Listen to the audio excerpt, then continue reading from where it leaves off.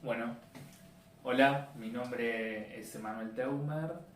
me dedico a estudiar los movimientos feministas y los movimientos de lesbianas, gays, bisexuales, trans,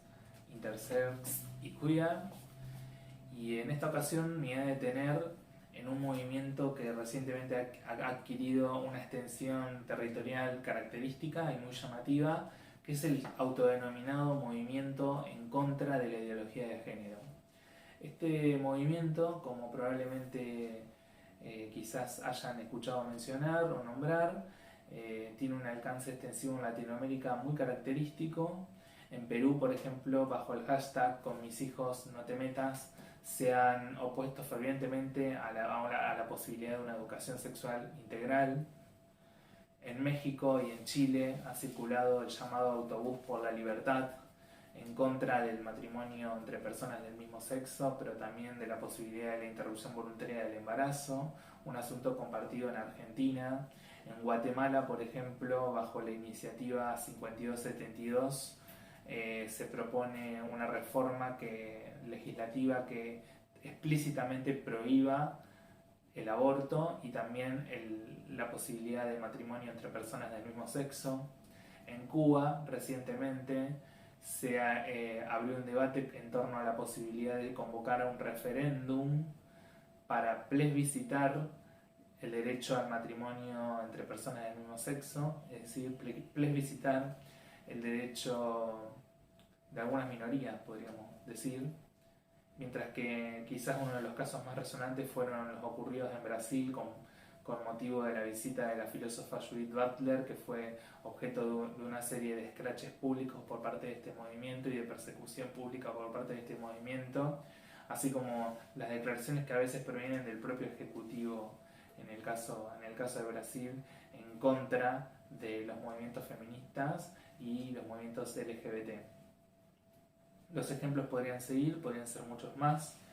El punto en común, quizás compartido, es que este movimiento se levanta en defensa de un orden que pretende y que llama como natural, al que deberíamos entregarnos, un orden del cual provenimos y que está en peligro por la agenda feminista y LGBT, y de allí que fundamentalmente este movimiento, que tiene una organización internacional, es decir, tiene conexiones internacionales, esto está estudiado tanto en Latinoamérica como en Europa y en Europa del Este especialmente también, existen conexiones transatlánticas que han sido estudiadas y que permiten entender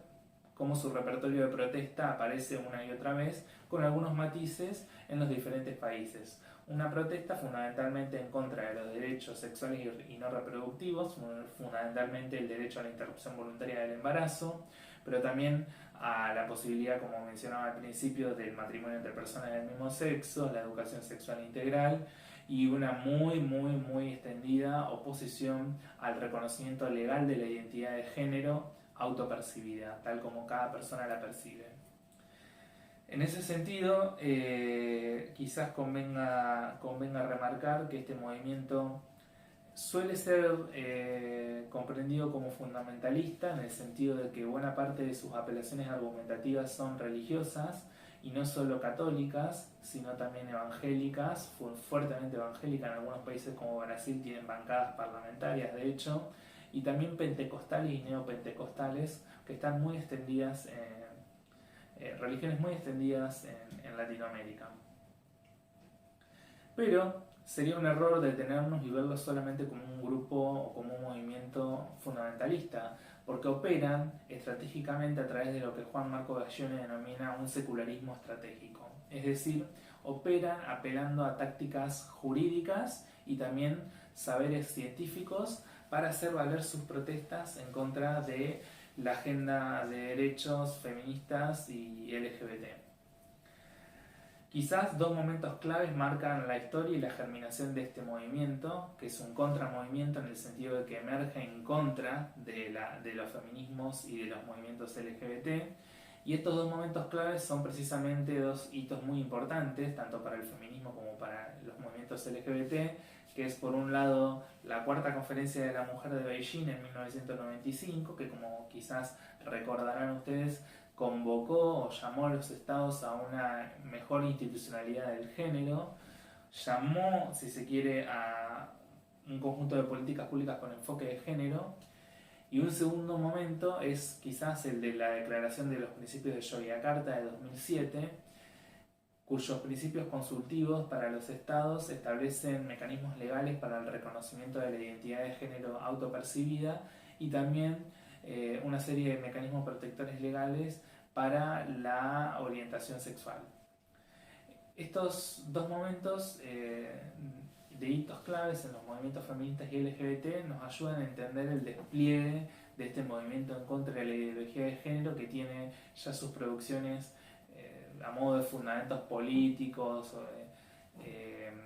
a finales de los años 90 desde Perú, y más recientemente publicaciones como la de Nicolás Márquez y Agustín Lajes, el libro negro de la nueva izquierda del año 2016.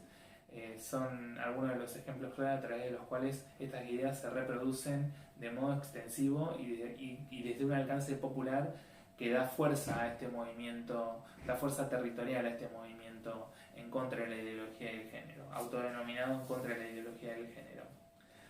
A mí lo que me gustaría mencionar a modo de cierre y como clave analítica para tratar de entender a estos movimientos es que si ya tenemos en claro que no son solamente fundamentalistas, sino que operan a través de un secularismo estratégico, quizás convenga revisar muchas veces el mote de antiderechos con el que suele leérselos y tratar de entender estas estrategias que utilizan los movimientos contra la ideología del género, que fundamentalmente apelan a los canales institucionales para dirimir el conflicto, es decir, presentan leyes, presentan fallos, presentan amparos judiciales para frenar algunos reconocimientos de derechos, y en ese sentido el movimiento en contra de la ideología de género se opone sí a un enfoque particular del género, y quizás por ello sería un error denominarlos antigénero como en Europa le llaman, porque si miramos cómo operan discursivamente, este movimiento no está en contra del género, más bien es un movimiento a favor de determinado orden sociosexual del género, determinado orden heteropatriarcal del género, que define y delinea precisamente la existencia de dos sexos y dos funciones sociales asignadas para esos dos sexos, que de algún modo sería un origen natural entregado por la naturaleza y que estaría siendo pervertido y llamado a la deformación ideológica por parte de los feminismos y los movimientos LGBT.